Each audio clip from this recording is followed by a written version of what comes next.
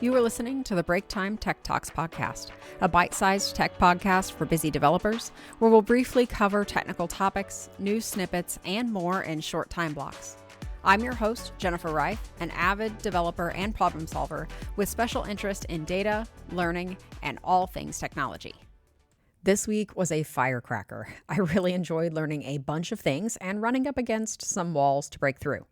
I traveled and spoke at a meetup, found a bug in the latest Spring AI, pondered early Java learning, and wrangled some more event info. Let me not hold back the tide of information coming any longer, and let's dive in. First of all, I want to give a huge shout out to the Java Metroplex user group, or Java Mug, meetup in Dallas. I attended the meetup and spoke at the event this week, and it was a really fantastic event. There were really excited and inquisitive attendees, lots of questions, people who just really wanted to be there and really wanted to learn and to walk through their situations, their learning, what they were working on. And I really enjoyed speaking and chatting with everyone there. Came back super excited and pumped. So if you're in the Dallas area, I highly recommend that group. Next, in preparation for that event, actually, I was upgrading all of my project and library details and such for the demo, and I ran up against a Spring AI Neo4j chat memory bug. In that demo, I cover lots of ground. I talk about agents and tools and MCP and just touch on a little bit of AI memory. And what I found is when I upgraded everything to the latest Spring Boot and the latest Spring AI, the integration with the Neo4j chat memory is doing something different in the newer versions than what it used to be. Right now, with the latest version, it's passing an optional back from the OpenAI response, and the Neo4j driver can't convert an optional value. So it doesn't know what to do with that value, and it just errors out. It doesn't work. I did open a GitHub issue. The workaround for right now is to actually drop the persistence in the memories to Neo4j, or of course use a previous version of Spring Boot and Spring AI. But for now, just using the end memory on the latest version is what we've got, which isn't a great solution, but I will keep you posted on the updates to that, and hopefully a fix is coming here soon. But I ran into that this week and just thought I would give you a heads up in case you are dealing with the latest and greatest bleeding edge of Spring Boot and Spring AI. There's something that is not quite working in the Neo4j chat memory because it's now passing an optional back from the OpenAI model response, and Neo4j doesn't know what to do with an optional value. Okay. Next situation that I ran up against is working through the Java book. I have a deadline that's upcoming pretty quickly, so I'm working through quite a bit on this right now. And the topic that I was working on and writing about this week was, I guess it feels complicated, but it probably isn't, the object-oriented topics, things like abstraction, encapsulation, polymorphism, association, and inheritance. These are general base-level object-oriented programming concepts.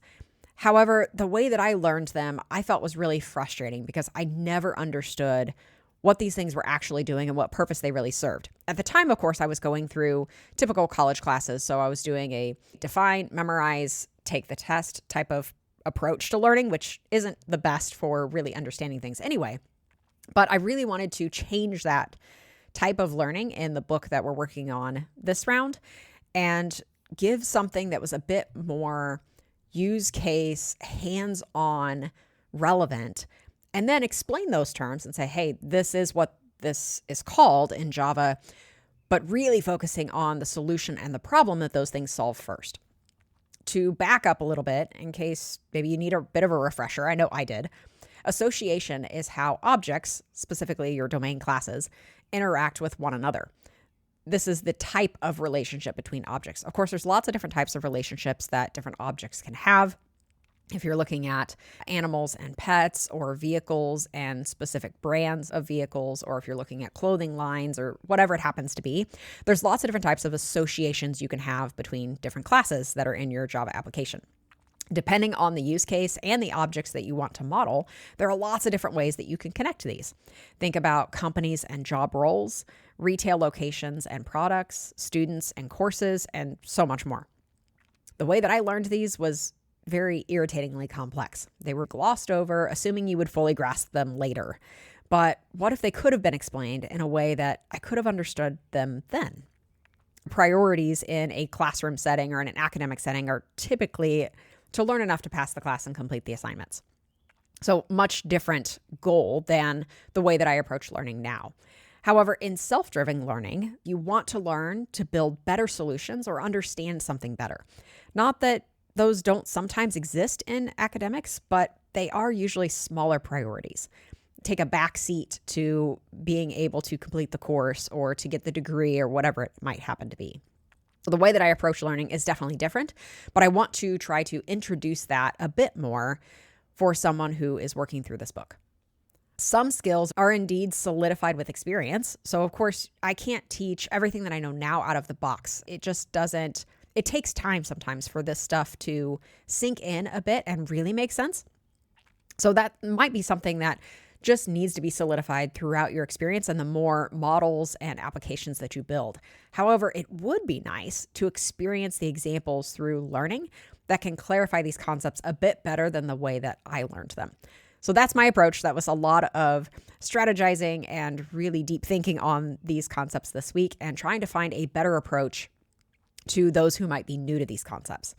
All right, the next topic is I narrowed down some details on some events. First up, if you saw the session at the AI Agents Conference that I gave, my session is now available on YouTube. So if you want to go back and watch the recording, I will provide a link to that in the show notes. I also was able to get the O'Reilly Learning Platform GraphRag Fundamentals course rescheduled. It's looking like that's going to be in June now. I'll provide a few more details as those become available, but that is now solidified and ready to go, and it should be in an APAC-friendly time zone again. I'm super excited about that. Then the Nodes CFP is open until June 15th. If you're not familiar, Nodes is Neo4j's online, virtual, and entirely free developer conference. It runs every fall. This year, it will be on November 12th, I believe, and we have the CFP open. So if you're interested in submitting abstracts or sessions to speak, by all means, feel free to check out the link that I'll provide in the show notes to submit your session. I would love to see tons of different content, community members and customers and problems, and all over the spectrum of graphs and what they are doing in the industry and for use cases and for people out there. I want to hear your perspective. Don't be afraid to submit something. All right, the content pieces that I want to cover this week. The first one was MCP skills and agents. This is a blog post article by David Kramer. The tagline for this was "Rest in peace MCP, long live skills." And it's a bit of a humorous take, but the foundational info that was in this article on all the buzzwords right now was really helpful.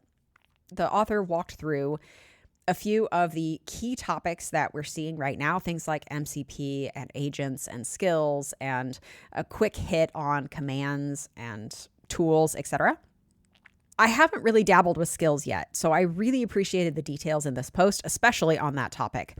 However, I found that this author's approach to the content is similar to how I approach content in more of a Lego block approach. So I try to give a little bit of foundation and then show how those pieces connect together or how they operate together in a general technology space. While this author's style is certainly different, the writing style, it has that define and explain perspective that I really enjoy, and I do also try to create in my content. The author covers a few different topics, and I just found that it was really helpful in understanding these concepts, which also better encouraged me to explore and try out more ideas and applications in these areas. The next article I read that I found really encouraging is called LLMs and Your Career by Phil Eaton. Honestly, I had to read this post a couple of times to tie all the details together, especially the first paragraph. I didn't quite follow the take in the first paragraph. However, after reading it a couple of times, I really like the message here of hope for software developers. And I think the author makes some really great points. The article's perspective is that the developers that are most in danger in this AI industry are those who don't strive for understanding and improvement. And that's improvement across systems, their own knowledge, and many more areas. The developers in that state were the same ones copying from Stack Overflow or blindly following instructions without truly understanding what was being done or why you were building the function that way, how it was being integrated with other parts of the system. This is the definition or the original definition of a code monkey, right? Do this thing. You don't have to know why. Put the code in there, run it. If the test passed, you're good. The author's take here is that high-value developers enjoy problem solving and exploring, and that piece of it is not going to go away. This is especially true for problems at scale because there's more complexity and more at stake. That's just not something our AI technologies are able to do today. That's going to be somewhat of a human component. Now, might all of this take different forms? The way that we do software development, the way that we interact with systems? Sure.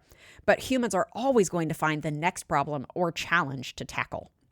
And that's the author's take in this. I really enjoyed this. Have a read if you're interested. Both of these articles were a ton of fun for me to work through.